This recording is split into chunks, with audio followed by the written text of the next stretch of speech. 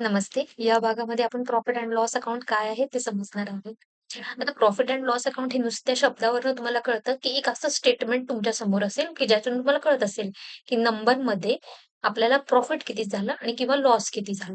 पण आज आपण त्याच्या पलीकडे जाऊन बघणार आहे, ही प्रॉफिट अँड लॉस अकाउंट हा का बनवलं जातं? त्याचे काय-काय बेनिफिट्स असतात आणि त्याच्यामध्ये नक्की काय बघायचं? जे जेणेकरून तुमच्या बिझनेसला फायदा होईल. जे जे बिझनेसमध्ये तुम्हाला आणखीन इम्प्रूव्हमेंट करता येईल. लेट्स अंडरस्टँड आता प्रॉफिट अँड लॉस अकाउंटमध्ये म्हणजे काय असतं? A profit and loss account, also known as an income statement, is a financial report that shows how much profit or loss business made during the particular period, usually 1 year. म्हणजे हे एक असं statement असतं की जे तुम्हाला profit आणि loss दाखवतं. पण तो प्रॉफिट आणि लॉस हा कुठल्या पर्टिक्युलर पिरियडसाठी केला आहे, मिळाला आहे. म्हणजे तो महिन्यासाठी मिळाला आहे, का क्वार्टरली मिळाला आहे, का हाल्फ इयरली मिळाला आहे, का पूर्ण वर्षभराचा मिळालेला आहे. ते पर्टिक्युलर पिरियडमध्ये जो मिळालेला आहे तो दाखवतो. आता ह्याच्यामध्ये काय-काय असतं, तर तुमचे असतात रेव्हेन्यूज असतात आणि कॉस्ट असतात. रेव्हेन्यू म्हणजे तुमचा डायरेक्ट बिझनेसशी रिलेटेड जे काही तुम्हाला इन्कम मिळालं आहे. सपोज फॉर एक्झाम्पल तुमचा फर्निचर सेल करण्याचा बिझनेस असेल, तर फर्निचर डायरेक्टली सेल करून तुम्हाला जे काही बिझनेसमध्ये इन्कम मिळालं आहे, तो तुमचा असतो रेव्हेन्यू आणि त्याच्याशी रिलेटेड लागलेली तुम्हाला कॉस्ट ही असते एक्सपेन्सेस. ती कॉस्ट ही असू शकते डायरेक्ट किंवा इनडायरेक्टली. म्हणजे डायरेक्ट फर्निचर घेतलं किंवा त्याच्याशी रिलेटेड काही खर्च केले. The difference between the two tells us whether a business made a profit or loss. या दोन्हींचा फरक जो काही असतो तो असतो प्रॉफिट किंवा loss. In simple words, profit and loss accounts tells tells you how much did you earn and how much did you spend. म्हणजे तुम्ही किती खर्च केला आहे आणि किती तुम्ही कमवलं आहे. थोडक्यात तुम्हाला प्रॉफिट अँड लॉस अकाउंट हे सांगतं. तर प्रॉफिट अँड लॉस अकाउंट का बनवलं जातं? ऑब्जेक्टिव्हज काय असतात? तर एक पहिला तर एक बेसिक असतो तुमचा ह्या पिरियडमध्ये तुम्हाला काय नफा झाला किंवा काय तोटा झाला, प्रॉफिट झाला, लॉस झाला किंवा किती खर्च झाले किंवा ह्या सगळ्यांचं एनालिसिस करण्यासाठी आणि यावरून तुम्हाला डिसिजन घेण्यासाठी असतं. आता त्याचं महत्त्व समजून घेऊया. बिझनेसमन हे प्रॉफिट अँड लॉस अकाउंट का बनवतं? तर पहिली गोष्ट तुमचा प्रॉफिट मेजर करण्यासाठी नंबर्समध्ये 1,00,000 झाला, 2,00,000 झाला. त्यामुळे काय होतं, तुम्हाला ॲक्चुअली किती अर्निंग झाले आणि किती एक्सपेन्सेस झाले आणि तुम्हाला नेट किती हातात आलं हे तुम्हाला समजतं. Helps in cost control. म्हणजे सपोज एखाद्या ठिकाणी तुम्ही कॉस्ट एक्स्ट्रा देत असाल, म्हणजे तुम्ही रेंटवरती किती खर्च करत आहात, सॅलरीवरती किती खर्च करत आहात, तो अननेसेसरी तर नाहीये ना तुमचा.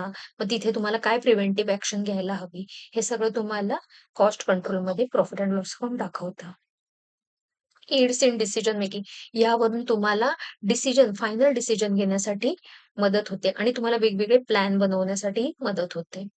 Legal requirement. आता प्रॉफिट अँड लॉस अकाउंट हे फक्त तुम्हाला अकाउंटिंग केलं म्हणून उपयोगी नाही पडत. ह्यावरून नंतर तुमचं इन्कम टॅक्सचं रिटर्न, जी-एस-टीचं रिटर्न, त्यानंतर पी-टी, पी-एफ, ई-एस-आय-सी अशी काही जे काही रिटर्न्स असतात ते तुम्हाला फाईल करता येतात. ह्या सगळ्यांचा बेस हा तुम्हाला प्रॉफिट अँड लॉस अकाउंट किंवा अकाउंटिंग जे काही तुम्ही केलेलं आहे त्यामध्ये तो राहतो. Builds investors and bankers confidence.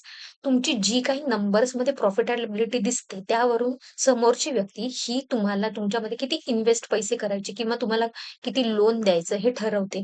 म्हणजे जेणेकरून त्या व्यक्तीला पुढे कॉन्फिडन्स राहतो किंवा एक ॲश्युरन्स राहतं, की येस, ही समोरची व्यक्ती मीला जर पैसे दिले, तर ही मला किती वेळात रिटर्न करू शकेल किंवा रिटर्न करू शकेल की नाही करू शकेल, हे सुद्धा ती व्यक्ती ठरवू शकते तुमचं प्रॉफिट अँड लॉस बघून. प्रॉफिट अँड लॉस स्टेटमेंट पाहून. Helps in planning and forecasting. तर आज तुम्ही बिझनेस करताय ते सर्व छान आहे. पण इन फ्युचर पुढच्या 5 वर्षामध्ये, 10 वर्षामध्ये तो जर तुम्हाला एक्सपान्शन करायचं असेल आणि एक्सपान्शन करण्यासाठी तुम्हाला काय-काय खर्च करावे लागतील किंवा ते खर्च करण्यासाठी तुम्हाला पैसे कुठून उभे करावे लागतील. ह्या सगळ्याचं जे प्लॅनिंग, बजेटिंग असतं ते आज जो तुमचा profit and loss account statement तयार आहे, त्यावरून सुद्धा तुम्हाला करता येतं. रिव्हील्स बिझनेस एफिशियन्सी. म्हणजे काय? तर तुम्ही एखादा बिझनेस करता.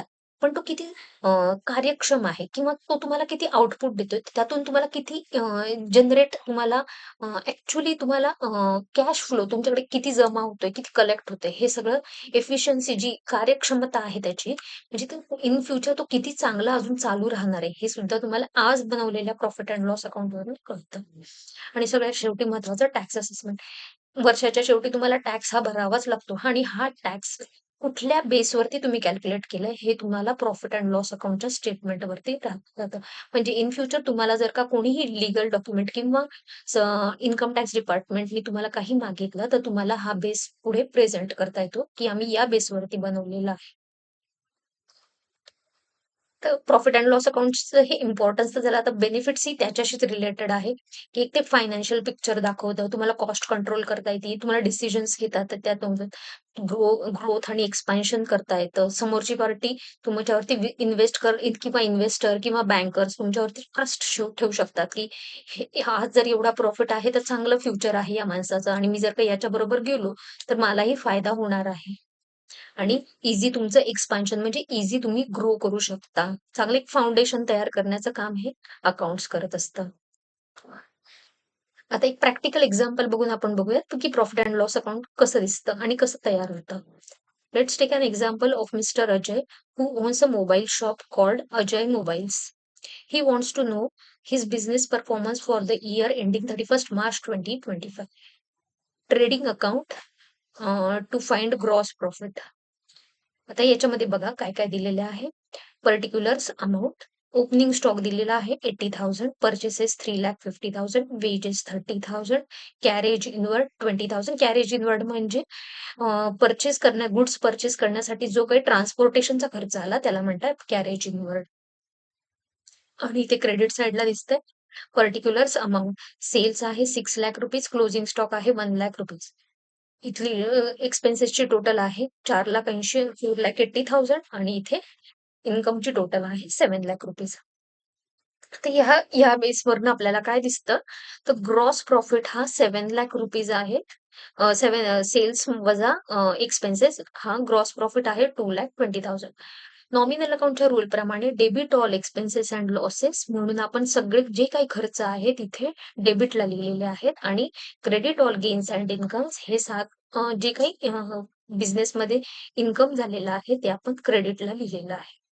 हा अगदी स्टँडर्ड फॉर्मॅट आहे. तुम्ही किती छोटी सोल प्रोप्रायटरशिप असेल किंवा किती मोठी पब्लिक लिमिटेड कंपनी असो, तुमचा स्टँडर्ड फॉर्मॅट हा सेम राहतो. आता हा ग्रॉस प्रॉफिट म्हणजे काय? तो हा डायरेक्टली तुमच्या बिझनेसचं जे काही मेन बिझनेसचं उद्दिष्ट आहे, त्याला धरून केलेला खर्च आणि त्यातून आलेलं इन्कम. हा आहे ग्रॉस प्रॉफिट. आणि नेक्स्ट आहे तुमचं profit and loss account to find net profit. Net profit म्हणजे काय? तर तो बिझनेस चालवण्यासाठी, डे टू डे चालवण्यासाठी तुम्हाला सपोर्टिंग काय खर्च करावे लागेल. म्हणजे तुम्हाला सपोज अकाउंटिंग करायला लागलं, तर एक अकाउंटंट आणायला लागला, तर त्या अकाउंटंटची फीस द्यायला लागली तुम्हाला. किंवा स्टाफ हायर केला तर त्याला सॅलरी द्यायला लागली. भाड्याने जर का ते दुकान घेतलं असेल, तर त्याला तिथे तुम्हाला रेंट द्यावं लागलं. असे जे सपोर्टिंग त्याच्याशी म्हणजे डायरेक्टली परचेस गुड्स नाही, पण त्याच्याशी रिलेटेड सपोर्टिंग जे काही खर्च करावे लागले, ते तुमचे येतात नेट प्रॉफिटमध्ये इनडायरेक्ट एक्सपेन्सेसमध्ये आणि नेट प्रॉफिट त्यातून ते वजा केल्यानंतर तुमचा नेट प्रॉफिट येतो. तर एक्झाम्पल्समध्ये बघूयात कोणते-कोणते आहेत तिथे. ह्या केसमध्ये आहे रेंट आहे 30,000, सॅलरीज आहे 60,000, ॲडव्हर्टायझिंग आहे पण 15,000, electricity 10,000, depreciation 12,000, interest on loan 8,000, total आहे 1,35,000. आता हा जो ग्रॉस प्रॉफिट होता मगाशी वरती आपण कॅल्क्युलेट केलेला, तो इथे क्रेडिट नॉमिनल रूलच्या नॉमिनल रूल प्रमाणे तो इथे क्रेडिटला दिसेल 2,20,000. आता जेव्हा त्याने माल घेतला तेव्हा त्यांनी बल्कमध्ये घेतला असेल, तर काही व्हेंडॉर्सनी त्याला डिस्काउंट अलाउड केला असेल. मग तो डिस्काउंट रिसीव्ड जो झाला, तो सुद्धा त्याचा गेन एंड इन्कम प्रमाणे इनडायरेक्ट हा गेन आहे म्हणून इथे लिहिला. इंटरेस्ट रिसीव्ह जर त्यांनी काही त्याला पैसे मिळाले असतील ॲडव्हान्समध्ये आणि त्यांनी ते फिक्स्ड डिपॉझिटमध्ये बँकेमध्ये ठेवले असतील, तर त्यामध्ये जर काही इंटरेस्ट मिळाला असेल, तर तो 3,000 इनडायरेक्ट रूलप्रमाणे इथे लिहिला. टोटल आहे 1,35,000, 2,28,000. नेट प्रॉफिट झाला तुमची इन्कम वजा एक्सपेन्सेस 93,000 हा तुमचा इथे नेट प्रॉफिट आहे. आता याच्यातून काय दिसलं तुम्हाला? नेट प्रॉफिट हा वर्षभराचा झाला ₹93,000. ग्रॉस मार्जिन पर्सेंटेज झाली ती कॅल्क्युलेट कशी केली? दर 2,20,000 डिव्हायडेड बाय टोटल 6,00,000 इंटू 100. 36% ही तुमची ग्रॉस मार्जिन झाली आणि नेट मार्जिन ही पर्सेंटेज फॉर्ममध्ये 15.5% झाली. हे सगळं तुम्हाला जे आहे बिझनेसचं पिक्चर हे तुम्ही जर का प्रॉपरली ॲक्युरेटली अकाउंटिंग केलं असेल, तर हे प्रॉफिट अँड लॉस अकाउंटवरून तुम्हाला दिसतं. म्हणजे पर्सेंटेजमध्ये तुमचा बिझनेसमध्ये किती रिटर्न देतोय तुम्हाला बिझनेस, हे सुद्धा यातून समजतं. ह्यामुळे तुम्हाला मंथली सगळा ट्रॅक ठेवता येतो, की खर्च किती होतायत, इन्कम किती होतंय आणि त्याच्यावरती तुम्हाला काय-काय, कुठल्या-कुठल्या प्रिव्हेंटिव्ह ॲक्शन किंवा करेक्टिव्ह ॲक्शन्स घ्यायच्यात हे सुद्धा ठरवता येतं. तर फायनल अंडरस्टँडिंग ऑफ बिझनेस. तर काय-काय समजलं आपल्याला ह्याच्यातून? तर प्रॉफिट अँड लॉस अकाउंटमधनं आपल्याला समजलं, की मनी आला कुठून? म्हणजे पैसा येतोय कुठून? पैसा जातोय कुठं? आपल्याला शेवटी शिल्लक राहिली किती हातात? म्हणजे आपल्याला गेन किती झाला? बेनिफिट किती झाले? यातून रिटर्न किती मिळाले? बिझनेसची ग्रोथ कशी होतीये? आणि सगळ्यात महत्त्वाचं आपल्याला ॲक्शन काय-काय घ्यायची? म्हणजे हे पुढे हा अजून एक्सपान्शन करायचंय का इथेच डिस्कंटिन्यू करून स सगळं काही थांबवायचं आहे? ह्या सगळे ॲक्शन प्लॅन्स आपल्याला करता येतात. Final message, professionals. The profit and loss account is a heartbeat of business. It shows whether your business is alive, healthy, profit or a weak and struggling a loss. म्हणजे profit and loss account हे तुमचं अगदी धडक हृदयाप्रमाणे जसं श्वास आपण घेतो तसं असतं. म्हणजे तुम्हाला जसं हे हृदयचं म्हणजे हे जर चांगलं हेल्दी असेल, तर तुम्हाला त्यातून प्रॉफिट होतो आणि जर कुमकवत असेल, स्ट्रगलिंग करत असेल, तर तुम्हाला नक्कीच तुम्ही लॉस सफर करताय. In every businessman, understanding the profit and loss account means knowing your true financial position. तुमची ॲक्चुअली बिझनेसची काय पोझिशन आहे हे समजणं, मेकिंग डेटा ड्रायव्हन डिसिजन्स त्यावरून ॲक्शन्स घेणं आणि insuring long term business growth. In future किती एक्सपान्शन आणि कसं एक्सपान्शन करायचंय हे ठरवतं. In short, if you understand your profit and loss account, you truly understand your business. आता ही प्रॉफिट अँड लॉस अकाउंट अगदी मी सोप्या भाषेमध्ये सांगितलं, पण मला माहिती आहे प्रत्येक बिझनेसप्रमाणे प्रॉफिट अँड लॉस अकाउंट हे बदलतं, त्याच्यातले कॉम्पोनंट्स बदलतात. पण तुम्हाला इन डिटेल जर का काही माहिती हवी असेल, तर तुम्ही या ईमेल आयडीवरती मला कॉन्टॅक्ट करू शकता. मी नक्की सॉल्व्ह करेन. Thank you.